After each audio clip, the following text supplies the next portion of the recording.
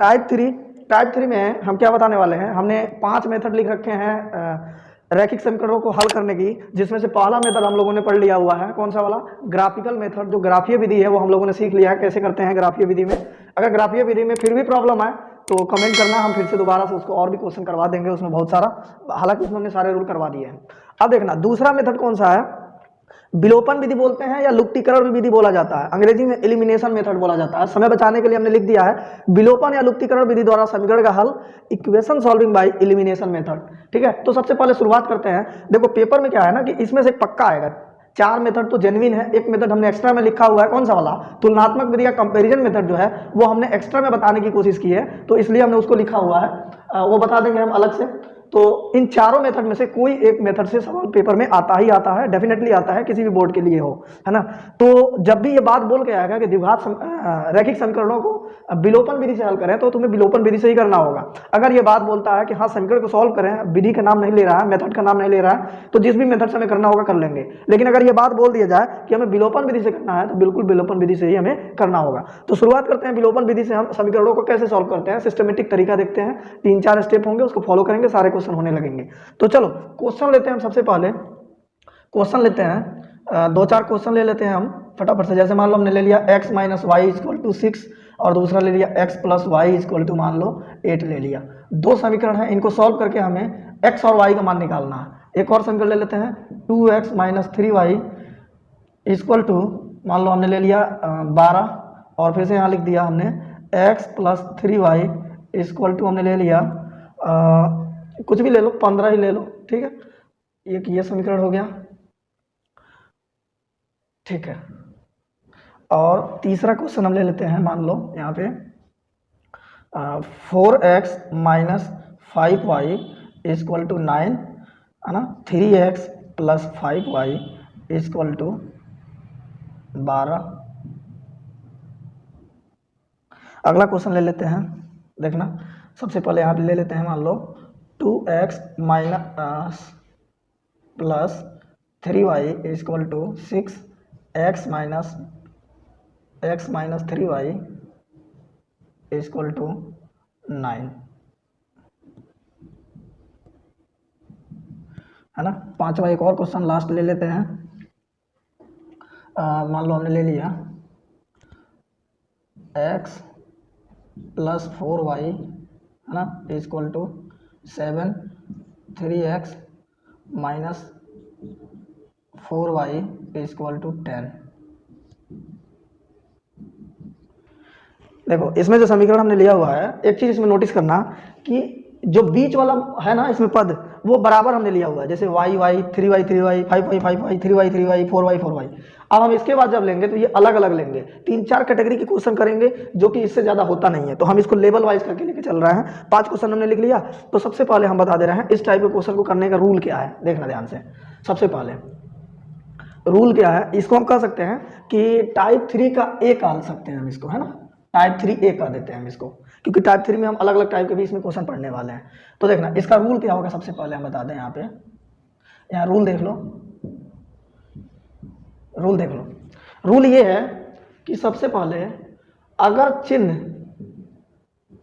चिन्ह समान होगा, समान का मतलब एक जैसा, चिन्ह समान हो, जैसे मान लो प्लस प्लस हो या माइनस माइनस हो, अगर चिन्ह समान हो तो इस स्थिति में हम समीकरण को, चिन्ह असमान होगा ना यहाँ पे, क्योंकि अपोजिट है ना, देखो यहाँ माइनस यहाँ प्लस है, यहाँ माइनस यहाँ प्लस, यहाँ माइनस यहाँ प्लस, यहाँ प्लस यहाँ माइनस यहाँ प्लस, मतलब अपोजिट हो। और बीच वाला चिन्ह हम देखेंगे सबसे पहले, तो अगर बीच वाला चिन्ह, है ना, चिन्ह असमान हो, क्या हो, असमान हो, तो समीकरण को जोड़ देते हैं, क्या करते हैं, समीकरण को जोड़ देते हैं,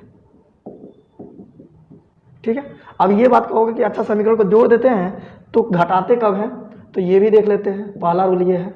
दूसरा रूल ये है कि चिन्ह अगर असमान था, मतलब अलग अलग था, अलग अलग का मतलब चिन्ह जब ऐसा हो जाए, है ना, या तो माइनस प्लस हो जाए या प्लस माइनस हो जाए, यही तो असमान होता है। दूसरा, जब चिन्ह समान हो जाए, समान का मतलब क्या होगा, या तो माइनस माइनस आएगा या तो प्लस प्लस आएगा, इसी को तो समान बोलते हैं। हो तो समीकरण को घटा देते हैं, क्या करते हैं, घटा देते हैं, ठीक है। और यहाँ पे एक और बात बता दें, जब भी हम समीकरण को जोड़ेंगे तो जोड़ते समय चिन्ह को नहीं बदला जाता है। एक यहाँ पे और बता दें, जब जोड़ेंगे तो यहाँ इस वाले केस में हम चिन्ह नहीं बदलेंगे, चिन्ह नहीं बदलता है। और इस वाले स्थिति में क्या होगा, चिन्ह बदल जाएगा। इसमें क्या हो जाएगा, चिन्ह बदल जाएगा।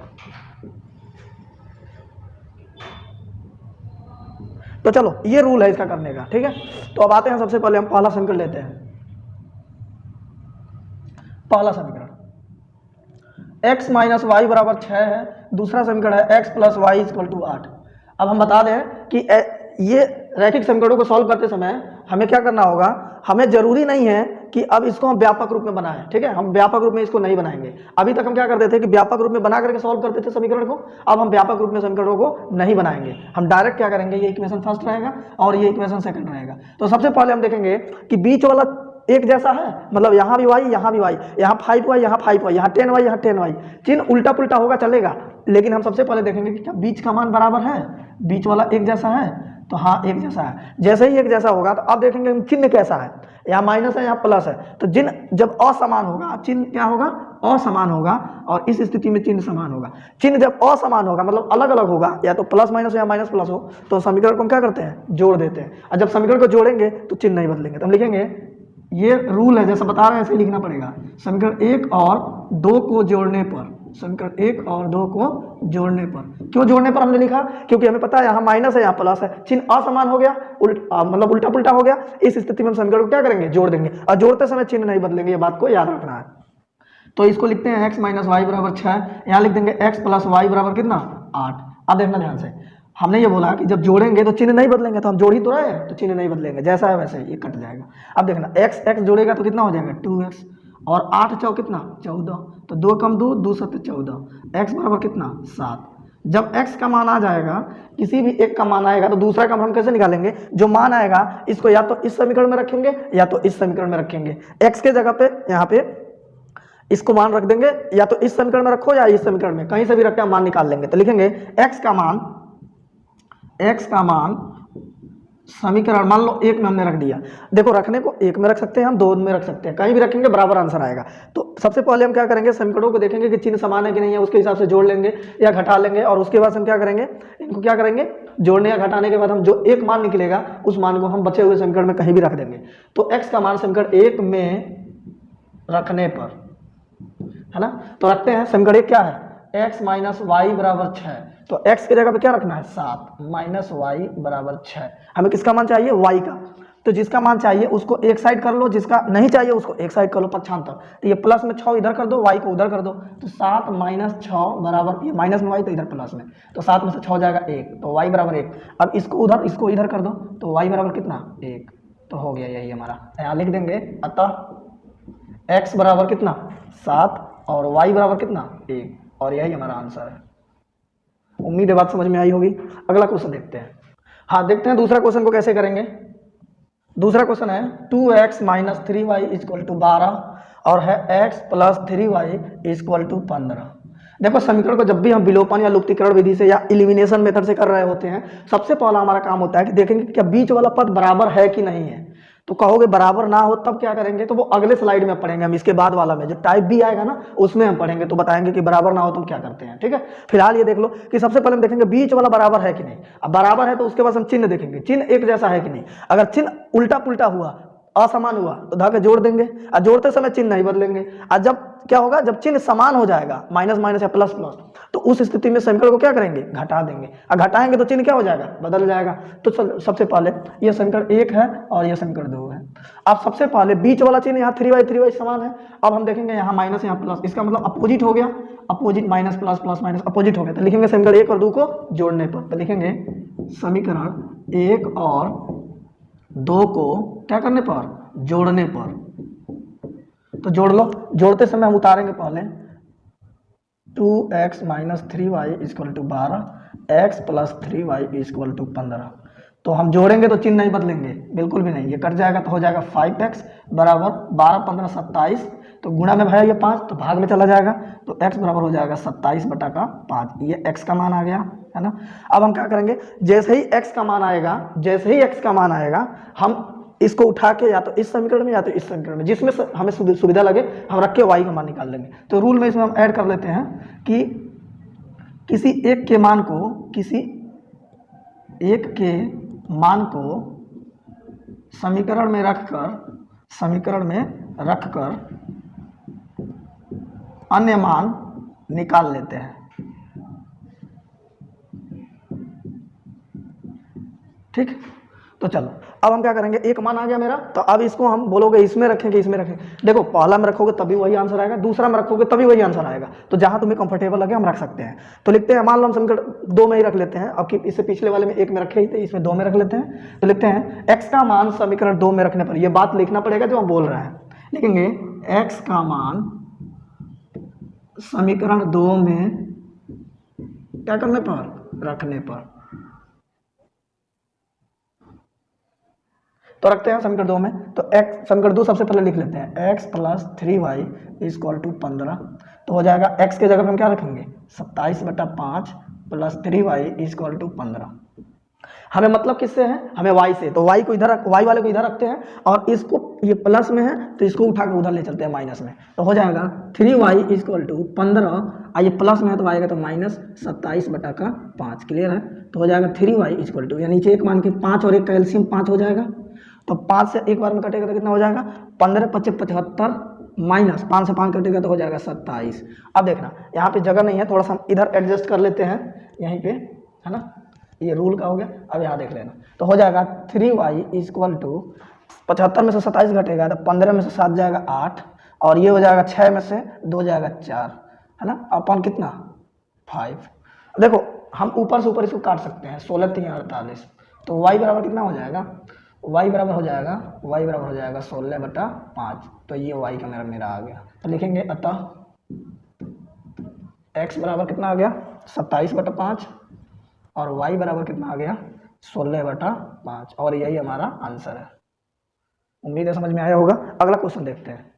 हाँ, तो चलते हैं तीसरा क्वेश्चन को हम करते हैं। रूल हमने डिलीट कर दिए हैं, बैक करके देख लेना, रूल को हम यूज करेंगे, प्रॉपर तरीके से सॉल्व करेंगे क्वेश्चन। तो सबसे पहले हमने ये बोला कि बीच वाला बराबर है कि नहीं, 5y यहाँ भी 5y यहाँ बराबर है। उसके बाद हम देखेंगे कि चिन्ह कैसा है, चिन्ह अपोजिट है। जब चिन्ह अपोजिट है तो हम समीकरण को जोड़ते हैं, और जोड़ते समय चिन्ह नहीं बदलते हैं। क्लियर है, तो लिखेंगे समीकरण 1 और 2 को जोड़ने पर क्या करेंगे, समीकरण 1 और 2 को जोड़ने पर -5y इक्वल टू 9। हाँ, तो समीकरण को हमने लिख लिया, आप जोड़ रहे हैं हम, तो जोड़ेंगे तो ये कट जाएगा, तो हो जाएगा 7x इक्वल टू 12 कितना हो जाएगा, 12 21। क्लियर है, अब 7 एकम 7, 7 3 21। देखो अगर नहीं करता तो गुणा में होता तो भाग में भेज देते और क्या। तो x बराबर कितना हो जाएगा 3। जैसे ही x का मान आएगा, हमने ये बोला कि एक मान निकलेगा तो किसी एक समीकरण में हम रख के दूसरा मान निकाल लेंगे। तो लिखेंगे x का मान कहाँ रखना चाहते हो, जहाँ अच्छा वहाँ रख दो। मान लो हम 1 में ही रखने जा रहे हैं, तो x का मान समीकरण 1 में रखने पर लिखेंगे x का मान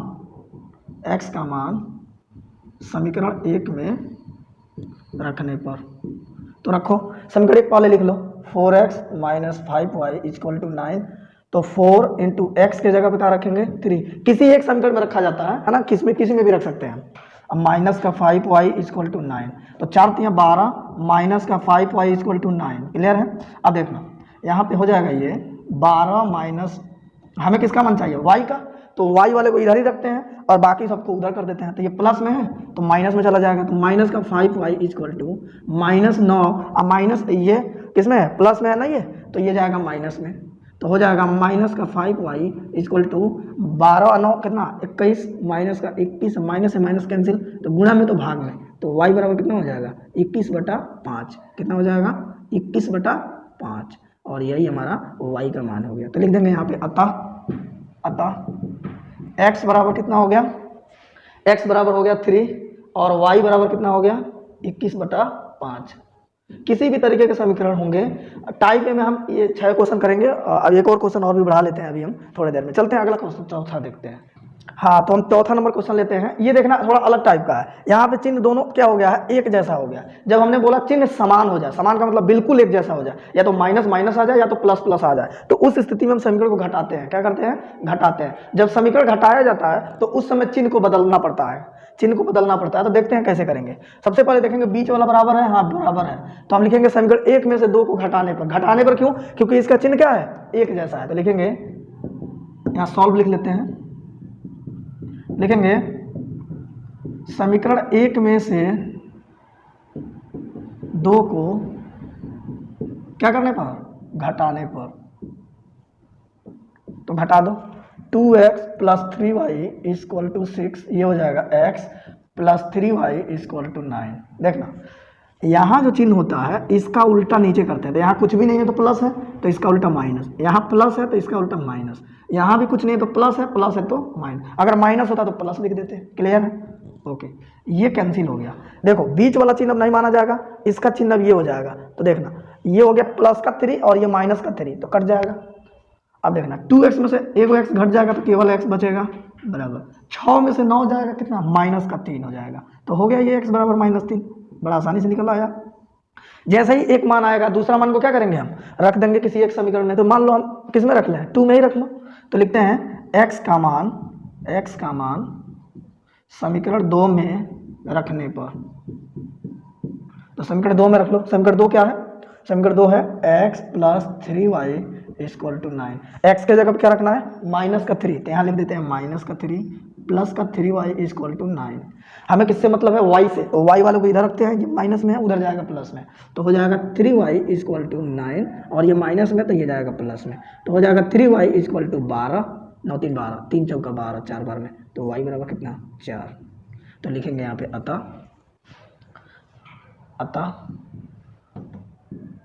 x बराबर कितना आ गया, माइनस का 3, और y बराबर कितना आ गया, 4। और यही हमारा आंसर है। उम्मीद है समझ में आया होगा। अगला क्वेश्चन देखते हैं। हाँ, 5वां क्वेश्चन देख लेते हैं। हमने ये बोला कि जब चिन्ह क्या हो जाए, समान हो जाए, एक जैसा हो जाए, तो हम समीकरणों को घटा देते हैं, और घटाते समय चिन्ह को क्या करते हैं, बदल देते हैं। तो लिखते हैं हम, देखना लिखेंगे समीकरण 1 में से दूसरा को क्या करने पर, घटाने पर। समीकरण 1 में से दूसरा को घटाने पर। तो लिखेंगे हम x minus 4y equal to 7, ये हो जाएगा 3x minus 4y equal to 10।